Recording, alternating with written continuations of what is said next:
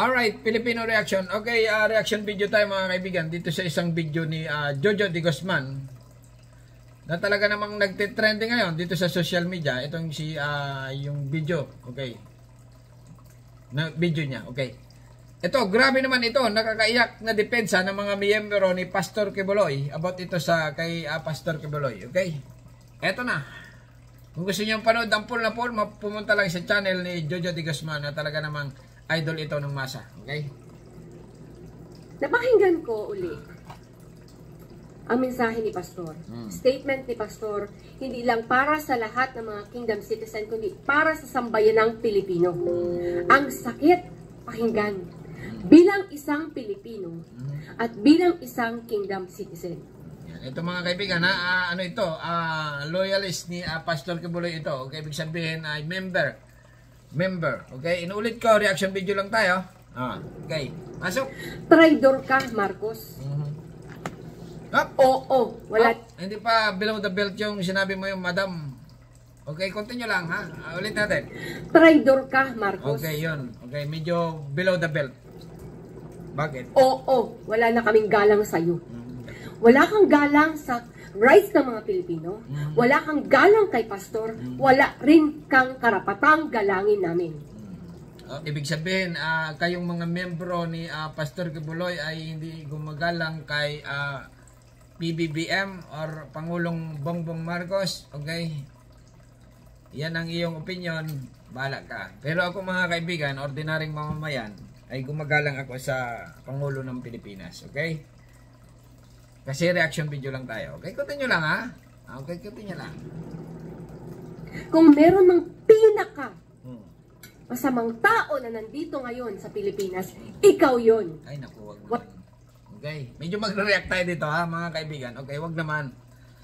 Kung pinakamasamang tao sa buong Pilipinas, si PBBM, wag naman wag naman. Bad yan ate. Kasi nga, binoto ng tao yan, nanalo bilang Pangulo ng Pilipinas. Okay, dapat din nating suportahan ang ginagawa niya. Okay? Alright, continue lang. Yun lang masasabi ko. Wala akong pakialam kahit ano pang gawin mo sa page na to. Okay. Sawang-sawa na kami. Ang dami ng mga nangyayari dito sa Pilipinas. Pero nananahimik ang mga Pilipino. Naghihintay kami ng tamang panahon. And I think this is the right time. Pagkatapos yung gipitin ng gusto ang SMNI, sasabihin niyo dumaan sa due process? Kasi nga, okay, madam, ang SMNI ginipit, hindi ginipit. Dinaan nga sa batas ng Pilipinas, pinag-usapan sa Senado, okay? Wala tayong magagawa, kundi ordinaryong Pilipino dapat sumunod sa batas, okay, ng Pilipinas. Ngayon, gigipitan niyo yung pastor namin kung ano-ano mga false witnesses, na mga yawang mga witnesses nandiyan sa inyo sa Senado. Lalo na itong hantavirus na to na pinakikinggan ang walang kwentang mga witnesses na dala-dala niya. Okay, mga kaibigan, explain ulit natin ha. Ang witnesses sa Senado ay dinadala, okay, at iniimbestigahan ng Senado kung nagsasabi ng totoo or hindi, okay? Pag nasa Senado ka, pag in-interview ka, pag nagsisinungaling ka, alam din, okay? Nagre-react ang sambayanan. Ngayon nga, ito si ate ay medyo nawawala nga dahil ito ay membro ni Pastor Quiboloy na ayon sa kanya ay si Pastor nga ay walang kasalanan. Okay? Ayun na nga, mga kaibigan. Kung napanood nyo yung hearing sa Senado about dito kay Pastor Quiboloy na marami nga ang nagreklamo sa kanya. Okay? Parang yung kulto. Kulto ba yun? Pastor din yata yun. Na marami nga ang naabuso rin. Okay? Kaya siya ikinulong. Si Aguila. Si Senyor Aguila. Okay? Pero dito lang tayo kay pero nilitis din yun sa Senado. Napatunayan na siya ay nagkasala. Ngayon naman, itong si Pastor Quiboloy ay pinapaliwanag dito sa Senado bakit nga daw ito ay lumutang sa Senado. Samantalang ang mga star witness ay nandoon. Okay? Okay, continue lang ha. Reho niyang walang kredibilidad. Gusto nimo idaan sa due process? Hindi nyo nga dinaan sa due process kami? Ang ay member kayo. Ay talagang hindi dadaan. Yung kusino lang na kasuhan, kusino lang ang may kaso, yun ang idadaan. Seminay, ang kingdom of Jesus Christ, si Pastor, nga gusto nyo idaan sa due process, ang lahat ng mga accusations sa inyo ngayon, ang kapal. Sa lahat ng presidente, ikaw ang pinakademonyo. Tumali.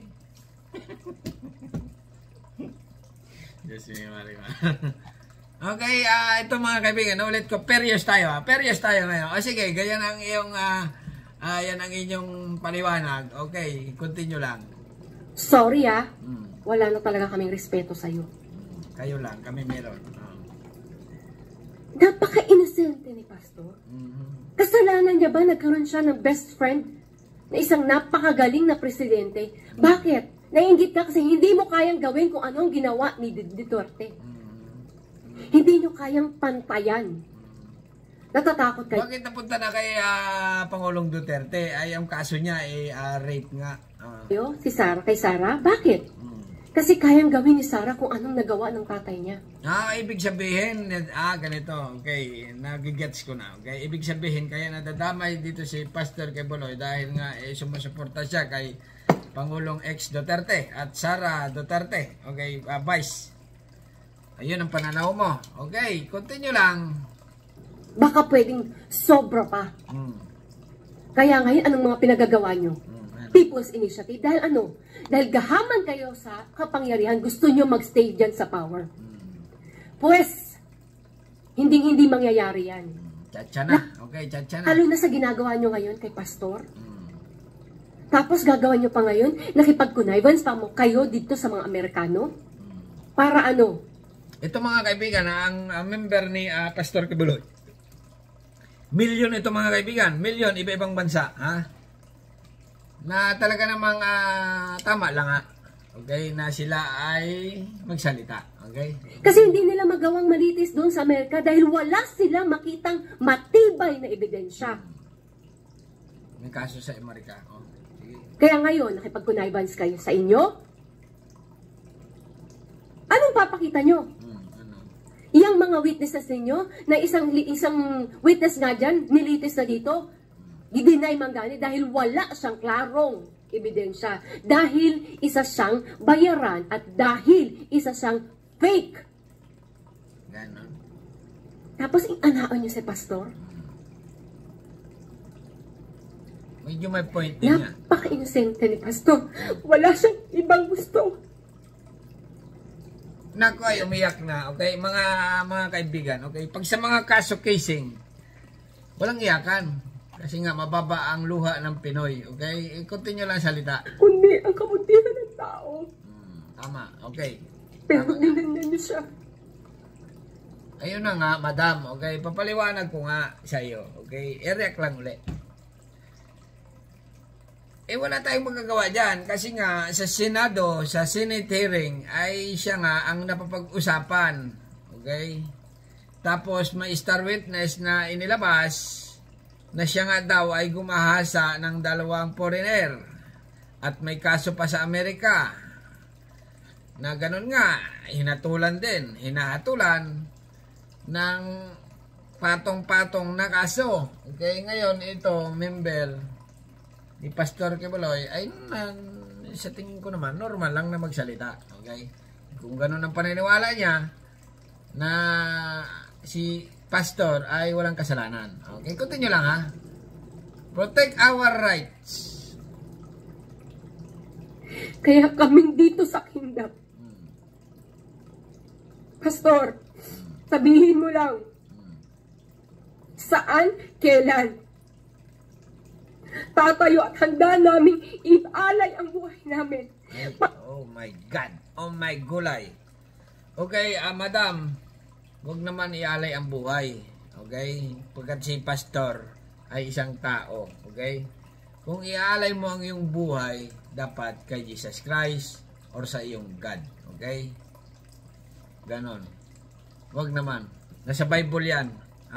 Huwag mong ipagkatiwala ang iyong sarili kahit kanino, mapamagulang man or iyong anak. Okay? Yan ang nasa Bible.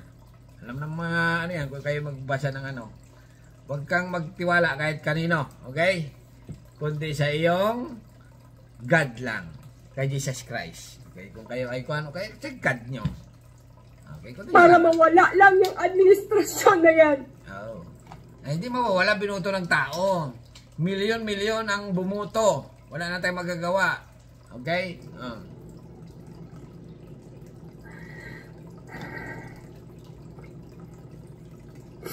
Mga kapwa ko Pilipino, tama na.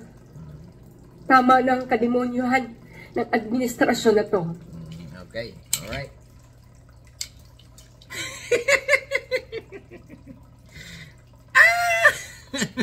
Okay.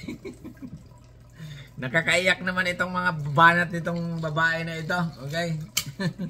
Nakakaiyak na nakakatawa. Okay, dalawa lang pinagpilian ko. Tatawa ako or iiyak ako. Medyo nadadala ko ng emotion. Okay, dinaan ko lang sa tawa. Okay. Ayan na nga. Pastor, AKU protect our right. Yan ang palagay niya. Bahala na kayo, mga kaibigan. Dahil nulit ko, reaction video lang ito dito sa sinabi niya. Kung gusto niyo mapanood ang poll na poll, ay pumunta lang kay Jojo de Guzman, Connect TV. At talagang mapapawaw kayo, mga kaibigan, dito sa mga video niya na ibang klase, ang birada. Okay, hanggang dito na. Subscribe channel. Don't forget, comment. Bye-bye. Thank you.